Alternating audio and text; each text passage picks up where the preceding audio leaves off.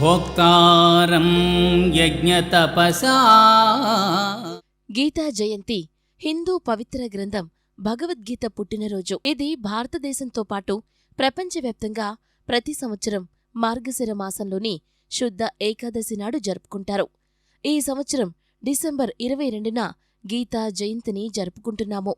భగవద్గీతలో అన్ని జీవితాల సారాంశం ఉంది. ప్రతి అడుగును విజయవంతం చేయడంలో ఈ పవిత్ర గ్రంథంలో ఉన్న శ్లోకాలు చాలా ప్రభావవంతంగా ఉంటాయి.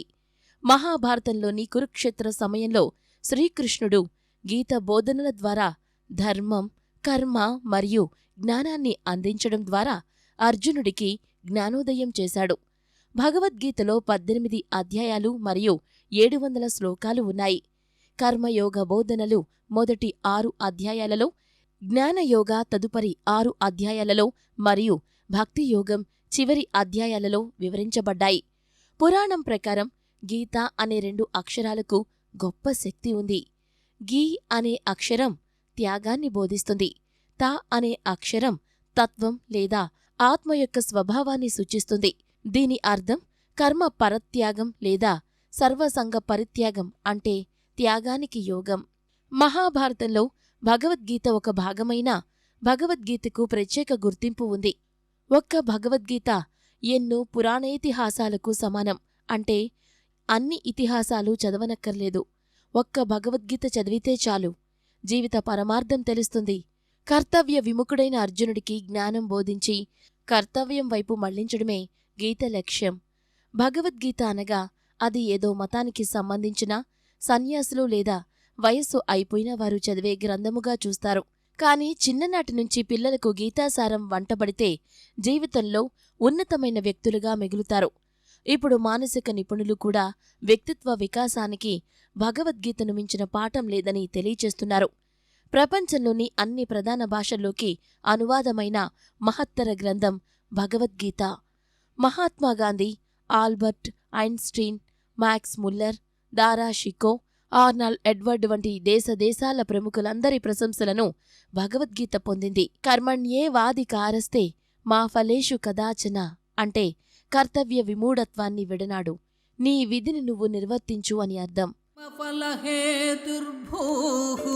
మాతే సంగోస్త్వకర్మణి.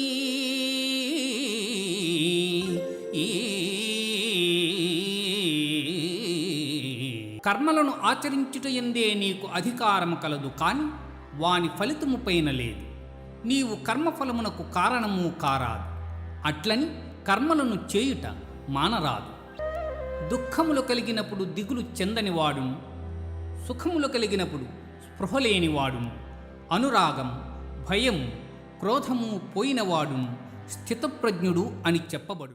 ఇక ముందుకు వెళ్లలేమన్న నిరాసక్తత ఏర్పడినప్పుడు భగవద్గీతలోని ఈ శ్లోకం తనలో తిరిగి ఆత్మవిశ్వాసం నింపుతుందని సాక్షాత్తు జాతిపిత మహాత్మాగాంధీ తెలిపారు. ఆయన భారతీయుడు కాబట్టి భగవద్గీత పట్ల భక్తి ప్రపత్తులు ఉండటం సహజం అనుకుందాం. మరి ఎడ్వర్డ్ ఆర్నాల్డ్, ఈయన భారతీయుడు కాదు, ఈయన ఒక బ్రిటిష్ కవి. ఈయన అనువదించిన ఇంగ్లీష్ భగవద్గీత నుంచే గాంధీ మహాత్ముడు భగవద్గీత సారాంశాన్ని, సందేశాన్ని తెలుసుకున్నారు.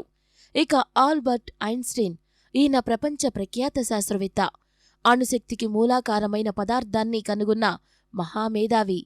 ఈయన ఏమన్నాడంటే, తాను భగవద్గీతను చదివి దేవుడు ఈ విశ్వాన్ని ఎలా సృష్టించాడో అని ఆలోచించినప్పుడు మిగతావన్నీ చాలా నిరుపయోగంగా అనిపించాయన్నారు.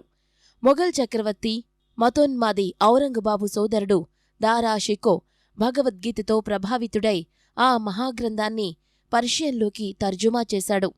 జర్మన్ పండితుడు ప్రొఫెసర్ మ్యాక్స్ ముల్లర్ సైతం భగవద్గీతతో ప్రభావితులైన ప్రముఖుల్లో ఒకరు. భగవద్గీత ఉగ్రవాదాన్ని రెచ్చగొడుతోందంటూ ఆ మధ్య రష్యన్ న్యాయస్థానంలో ఓ ప్రబుద్ధుడు కేసు వేశాడు. సుదీర్ఘ విచారణ, చర్చల అనంతరం రష్యన్ న్యాయస్థానం కేసు కొట్టివేసింది. అంతేకాక భగవద్గీత కర్తవ్య విమూఢులకు కర్తవ్య పదం నిర్దేశిస్తుందని, విద్యుక్త ధర్మాన్ని నెరవేర్చాలని ప్రబోధిస్తుందని కోర్టు పేర్కొంది. భగవద్గీతలో మత ఛాందసం కనపడదు. మత సంబంధమైన మకిలితనం భగవద్గీతలో కనిపించదు. మతబంధత, మతబంధనం, అజ్ఞానం, ఛాందసత్వం ఏ కోణంలోనూ భగవద్గీతలో కానరావు. సంస్కృతి, సాంప్రదాయం, సనాతనత్వపు జ్ఞానం, ప్రజ్ఞానం, సుజ్ఞానం ప్రతి పదంలోనూ ద్యోతకమవుతాయి. ఇంతటి విశిష్టత, విలక్షణలతో కూడుకున్న మహాభాష్యాన్ని మరణ సమయంలో పార్థివ దేహం ముందు అంతిమ యాత్రలోనూ వినిపించే శోకగీతంగా, వ్యాఖ్యానంగా భగవద్గీతను పరిగణించటం, మార్చటం మన అజ్ఞానానికి చిహ్నంగా భావించాలి. స్వహతాన్ని, పరహతాన్ని బోధించి జీవితాలను పండించే వెలుగు భగవద్గీత. సంపూర్ణ సమగ్ర జీవన తత్వాన్ని అందించే పరిపూర్ణ ఆధ్యాత్మిక అనుభవాల ఆధునికత కలబోతల జ్ఞానాగ్నుల జిలుగు భగవద్గీత.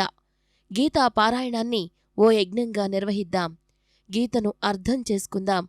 యజ్ఞ ప్రసాదాన్ని ఆరగిద్దాం. యజ్ఞ ఫలాన్ని అనుభవిద్దాం.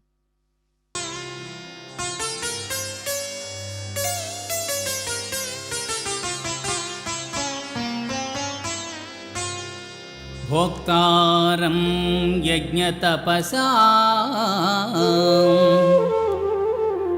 సర్వలో